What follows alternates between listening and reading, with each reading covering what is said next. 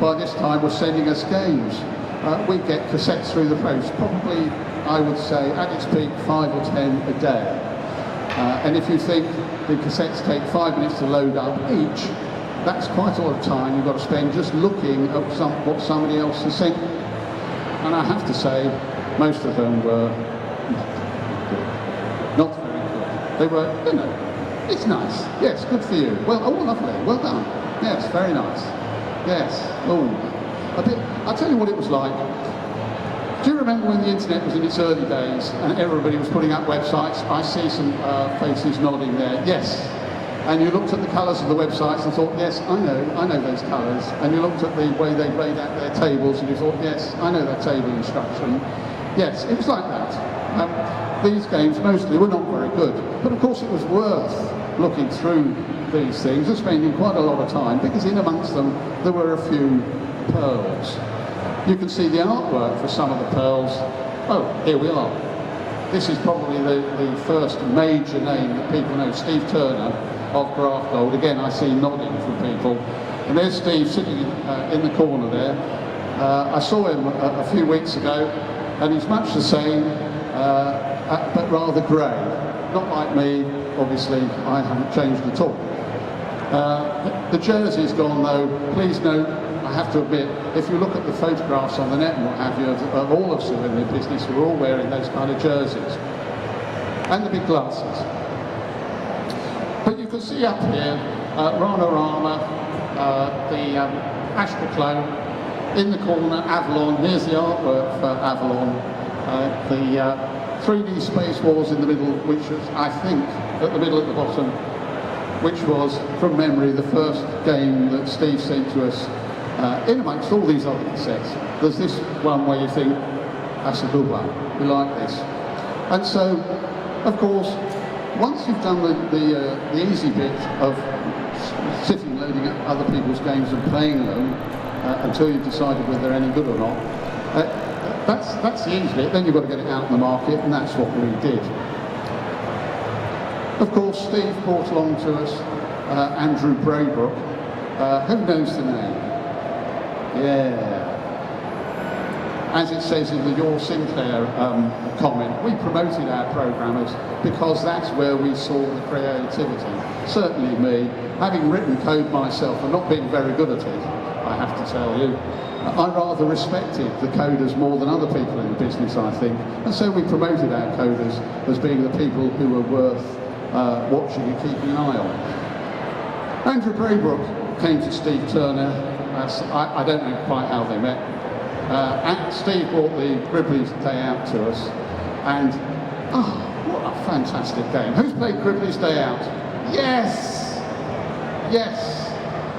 Well, I mean, because when we launched it, it was the first game that we did on the C64, and of course, yeah, it went out, it got some coverage, but it didn't sell as well as it should have done. Because I have to tell you, it is the most, those of you who haven't played it, you need to go and play it. It is the most spectacularly original, off-the-wall thing that you've ever seen. And my daughter still talks about how the end-of-level monster hovers off the stage. You can't see it, you just hear it. Clack, clack, clack, clack, clack, clack, clack, clack, clack, clack, clack. She still talks about that. That was Andrew Braybrook. He wrote a complete story to go with the game, which we published in the cassette inlay. And of course, his next game was Paradroid. I've got a nice little story about Paradroid, which is travelling down to Devizes to see the editor of SAP 64, who was Chris Anderson at the time, going down on the train, as I remember, to tell him about the new game that was coming up from Andrew, and having a drink in the pub with him at lunchtime, and him leaning across and saying, look, what about if we, I mean, would it be possible, beating about the bush, would it be possible, I mean, could we have an interview with him, you know, like early on? What, you mean, I mean, could we have a sequence, like he could tell us what it's like to be writing the game? And I'm going, what? Oh, I don't know, I wouldn't like it to interfere with what he's doing. Playing hard to get, thinking, wow, this is fantastic. And well, what we could do, we could call it a programmer diary, and he could just write about the process of writing the game. So of course, I'm going, well, I'm not sure. You know, doing my bit of playing hard to get.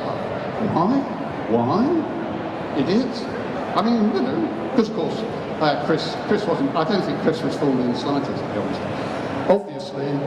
Obviously, brilliant idea, coverage for the game, month by month by month. I pretended to Chris that I was worried about Andrew being able to devote the time to writing this. I pretended I was worried that, about Andrew being able to write. But he'd already written this story for Dribbling's Day Out. I had no doubt at all. This is brilliant. And so, back on the train, back home, celebrating. Just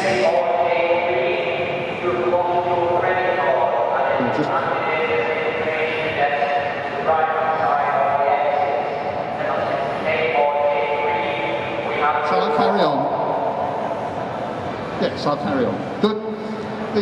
Yes, going home on the train thinking, woo, got it, we have got, and that's how the first ever programmer diary appeared in any magazine, as far as I'm aware, in the world.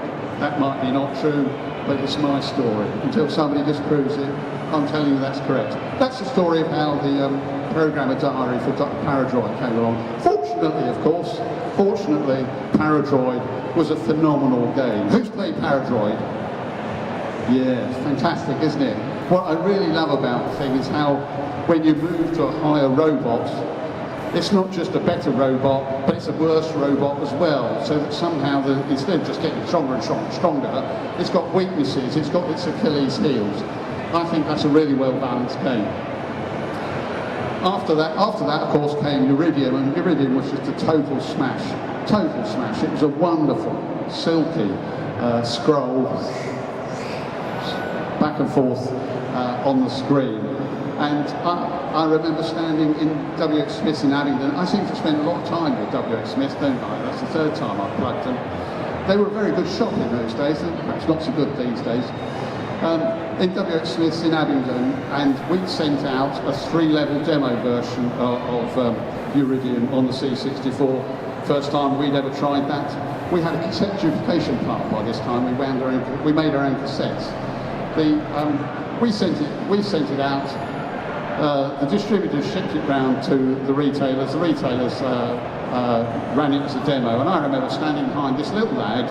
No, there he is. And the screen's up there, and he's playing Uridium. And then back the other end, plays the end of level game, like that.